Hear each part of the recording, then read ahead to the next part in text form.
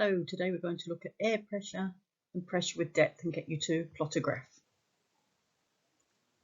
Pressure, as we've said, just to revise, is equal to force over area. The unit is the Pascal or the Newton per square metre, and a large force on a small area gives you a large pressure. Pressure can be measured using a board-on gauge, which works a bit like a party tutor. These days there's other devices that can measure pressure as well. So the board-on gauge works in a similar way.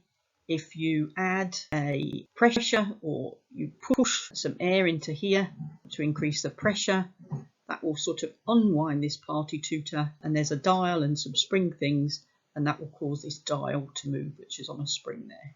So why have I shown a picture of me lifting a car? We'll come back to that later. So here's the question, and I've given you a big hint. These are two board-on gauges. The left and right images are the same, one just shown close up, and they are of an unconnected board-on gauge. Look at the dials and tell me what's odd about those. Did you work it out? Well, it's not connected to anything, but it gives a reading of 1.1 times 10 to the 5 pascals or 0.9 times 10 to the 5 pascals for the reading on the top. So why isn't it 0? And there's your clue. And the clue's in the title, air pressure. So actually at sea level, we have got an awful lot of air above us. And although the air has a very small density, a small mass for big volume, if you've got an awful lot of it, then you're going to have a lot of weight of that air acting on you. So it's going to be a big pressure. So here I've done a calculation. So this middle box shows 1 square metre. So let's have a look what this 1 times 10 to the 5 pascals works out at. Well, if we know that pressure is force over area, we've said our pressure is 1 times 10 to the 5 pascals, and on that square metre that will give you a force of 1 times 10 to the 5 newtons, but that's its weight. We need to say, well, what's the equivalent mass? So we know that weight is mass times our gravitational field strength. Just for ease, I'm using 10 newtons per kilogram for value of G rather than 9.8. It won't make a lot of difference. And that gives a mass of 10,000 kilograms. Let's get that. 10,000 kilograms of air on that little white square that is 1 square metre. That's 10 tons. So let's look at what 10 tons looks like. And that's a male and female elephant combined, 1.4 large tractors, or 10 Clydesdale horses. So going back to my picture where we had me holding up a car, if you think about putting your hands flat and the top of your head, I reckon that's probably about 1/10 of a square metre. So that's about equivalent of you lifting one of those horses, or a bit of that tractor, or quite a lot of mass, and that's just the air. So don't let anybody tell you that you're a wimp. Right?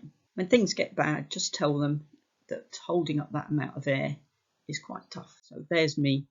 Just picture what you're doing. Obviously our bodies are designed to take that. What they can't cope with is a big change in pressure. So you couldn't additionally pick up a car because your body's not designed for that. So we can also look at pressure and depth, and here you're going to have to pause the video. You can see me doing an experiment. I've got a thistle funnel. Notice again that at the surface the pressure isn't 0. So you'll need to take that value off of all your readings, because what I'm wanting you to do is plot a graph of the pressure against the depth. So each time I move it down, that's 10 centimetres of depth I'm increasing it by, and you can see the pressure that you've got there. Could you plot a graph in Excel if you could remember that from second year? Or if you can get some graph paper from Mrs. Physics front page, you'll be able to plot a graph by hand if you want to, or if you've got a squared notebook. Don't forget, it is the difference in pressure from the 0 point, which you'll have to go back to the video. That 0 you'll also need for the next slide as well. So you could then plot a graph of the increase in pressure with the depth. So 10, 20, 30, 40, 50 centimetres. Here's another one, similar experiment. This time what we're doing is we are changing what's in our measuring cylinder. So we've got different densities of material. Again, you're going to have to pause the video and go back, take the readings more than once, so take an average because it does have an error in this, And don't forget that you'll need to subtract that air pressure from the last video from each of these readings.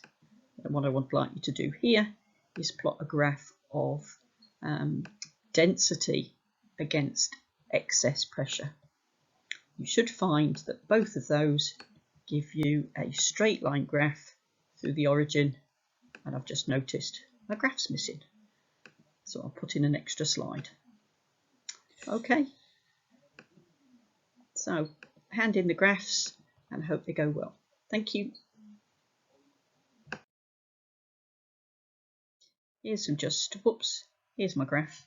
So this is just some old notes just to show you that pressure should be directly proportional to the height, or depth should directly be proportional to the density.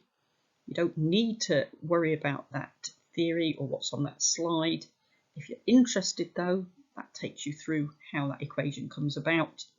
And at the bottom here, you've got a graph, and your graph should look something like that in shape, although obviously you're going to need to put the density along the bottom and the pressure up the side, or the depth along the bottom and the pressure up the side.